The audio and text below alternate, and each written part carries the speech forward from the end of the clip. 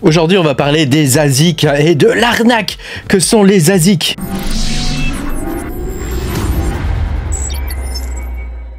Bonjour les amis, je suis très content de vous retrouver aujourd'hui pour cette nouvelle vidéo où on va parler des ASIC.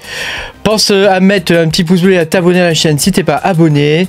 Je te rappelle que tu peux me soutenir en allant sur patreon.com/makertronic. Tu pourras voir mes vidéos en avance et puis toutes sortes d'autres trucs. Alors on va pouvoir commencer. Donc déjà, est-ce que tu sais ce que c'est qu'un ASIC, hein? Un ASIC, c'est alors je sais plus le nom, ce que veulent dire parce que c'est les initiales de quelque chose. ASIC, je me rappelle plus. Mais voilà, en gros, c'est une puce qui est dédiée à une tâche particulière. Donc ça demande un développement, ça demande le fait de graver cette puce, etc. Enfin, tu vois, il y a tout un processus qui est quand même assez compliqué pour produire ce genre de puce. Et elles sont dédiées à quelque chose qui est particulier. Par exemple, il y a des puces qui sont dédiées, je sais pas moi, à tel ou tel calcul. Il y a des puces qui sont dédiées à telle ou telle tâche. Il y en a beaucoup des ASIC en vérité. On n'en trouve pas que dans le monde du minage. Mais dans le monde du minage, c'est quand même assez particulier puisque les ASIC, finalement, il n'y a plus de mineurs, il n'y a plus que des ASIC qui deviennent des mineurs. Par voie de conséquence, ils remplacent tous les mineurs. Alors, on assiste à quelque chose quand même depuis quelques temps. Ça va faire 4 ou 5 ans maintenant qu'on assiste à ça, peut-être même un peu plus. Ce sont les fabricants d'ASIC qui créent une espèce de hype et qui en gros t'arnaque quoi. En gros, c'est une arnaque. Il n'y a que eux qui gagnent de l'argent là-dessus. Alors, je vais t'expliquer comment ça marche, tout ça. Donc là, tu vois, on vient de voir que Ice River, ils sont coutumiers du fait, Ice River. Ils viennent de sortir un nouvel ASIC sur Aleo, donc l'ASIC AE1, qui est un appareil qui mine à 300 MHz pour 500 watts seulement. C'est déjà pas mal. Et voilà, qui est plug and play, silencieux, etc. Voilà, avec un revenu quotidien. Alors ça, c'est qu'ils te font miroiter de 45 € par jour avec un coût de 1 € par jour. Alors évidemment, l'argent n'est pas magique. Cet argent, il vient bien de quelque part. Mais on va en parler juste après. Alors donc, tu vois, il y a ces fabricants-là. Donc, il y en a plusieurs des fabricants comme ça. Il y a Ice River, il y a Goldshell. Alors, c'est vraiment les deux spécialistes du truc, quoi, qui te promettent monts et merveilles si tu achètes leurs ASIC. Et surtout, ils te promettent de gagner beaucoup d'argent. De gagner 50 balles par jour, donc c'est un truc que tu vas payer 2008, tu vois, 800 balles, donc pour un truc que tu vas payer 800 balles, tu vas gagner quelques euros par jour, donc tu es censé le rentabiliser, ROI c'est ce que ça veut dire, retour sur investissement. Tu es censé le rentabiliser très rapidement, voilà. Donc alors, la technique, c'est toujours la même, alors déjà avant, on a vu ça sur Kaspa. Kaspa, ça a été terrible. En plus, Kaspa, ça a vraiment bien pris. Donc, évidemment, à chaque fois que ces trucs-là arrivent, ça élimine tous les mineurs GPU. Kaspa se portait très bien avec les mineurs GPU parce que les mineurs GPU, ils hold. Contrairement aux mineurs ASIC, je vais t'expliquer la psychologie après derrière. On a vu ça sur Alephium, on a vu ça sur Radiant. Je te montre que les plus récents. On a vu ça sur Nexa aussi. Bah oui, il y a même des ASIC maintenant sur Nexa. Voilà. T'as vu, bon, il y en a d'autres, il y a Nervos, etc. Enfin, voilà, je vais pas tous les citer parce que c'est pas le but, c'est pas ça, mais c'est de te montrer un peu comment ça se passe. Donc, on va retourner sur la courbe de Aleo, tu vois. Donc, Aleo, pour information, Aleo, on l'a miné en testnet, testnet 3. Et donc les gens devaient nous donner une allocation, sachant qu'on les a aidés dans leur projet. Moi j'ai fait tourner 4 nodes pendant presque 3 ou 4 mois. Donc ça m'a coûté de l'argent de le faire. Et bah figure-toi qu'on a eu droit à rien. Rien du tout. Voilà, merci à Léo. Merci à Léo, j'espère que votre coin va s'effondrer. J'espère que votre coin va s'effondrer avec les ASIC qui arrivent. De toute façon, c'est ce qui va se passer. Faut pas rêver. C'est ce qui va se passer. Alors regarde la courbe. Évidemment, les ASIC arrivent. Et comme de par hasard, la courbe remonte. Ah, dis donc, comme c'est bizarre. Alors évidemment, tu vois que la courbe, là, tu vois, on a un joli pic à 0,34. Donc je t'avais expliqué comment fonctionnent un peu les market makers. Ils vont acheter petit à petit de façon à faire monter le cours. Donc évidemment, ils ont un budget pour ça. Et au fur et à mesure, ils vont acheter de plus en plus pour pouvoir rendre la courbe de plus en plus verticale.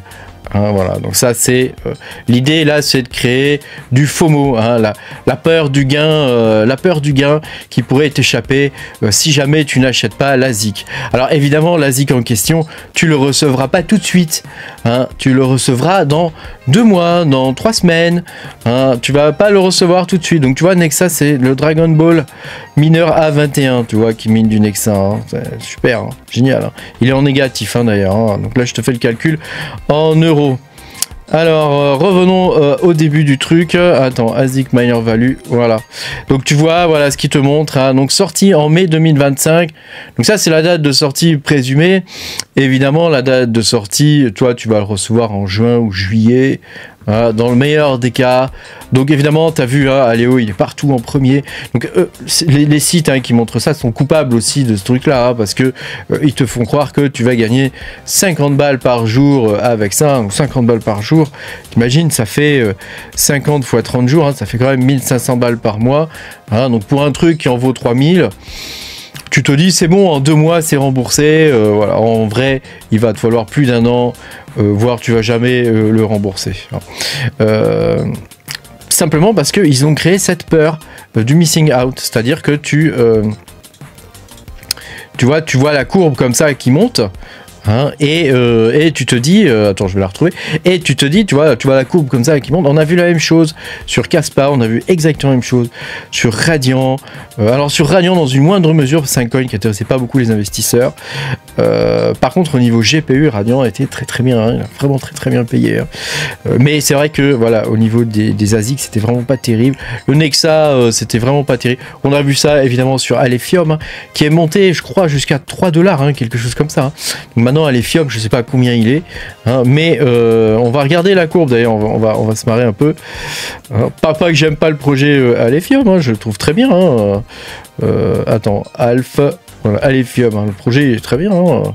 Bon, si tu fais abstraction du fait que la team, je crois, elle a la moitié des coins en circulation, hein, si tu fais abstraction de ça, hein.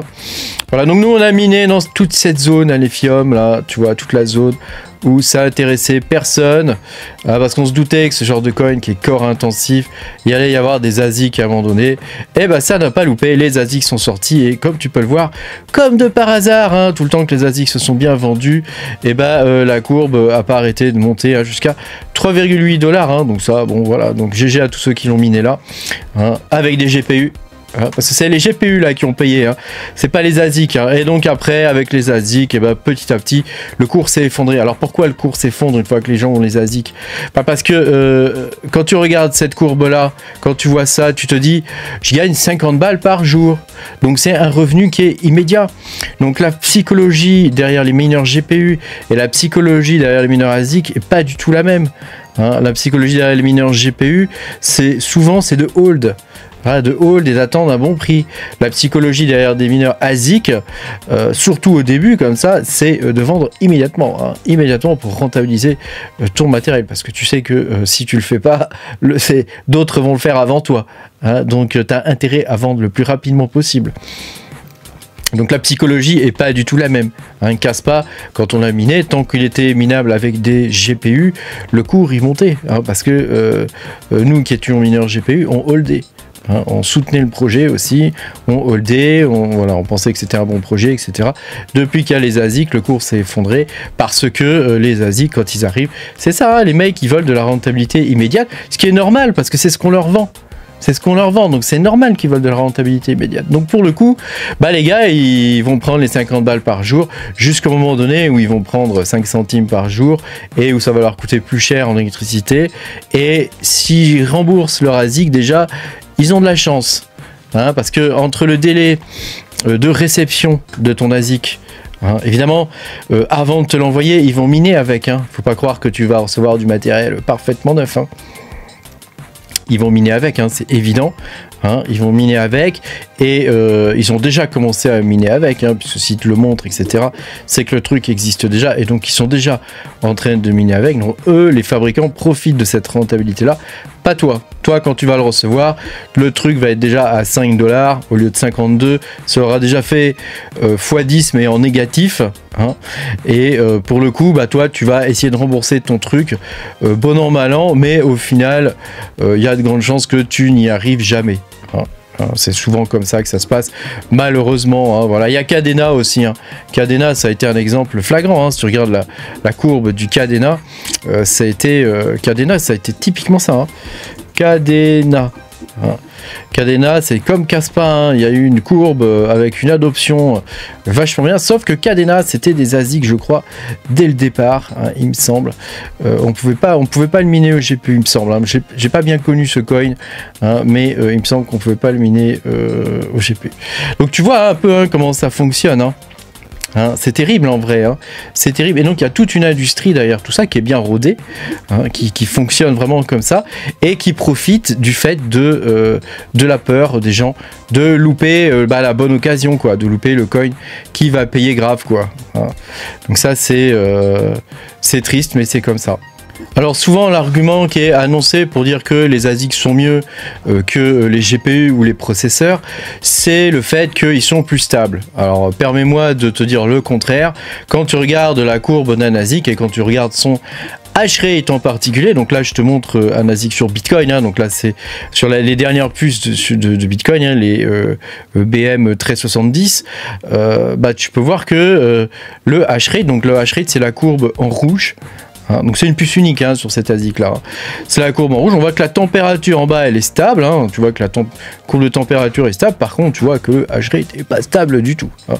Puisqu'on oscille entre 900 gigahash et 1,4 terahash. Hein. Donc tu vois que c'est pas stable du tout un ASIC en vrai. Hein.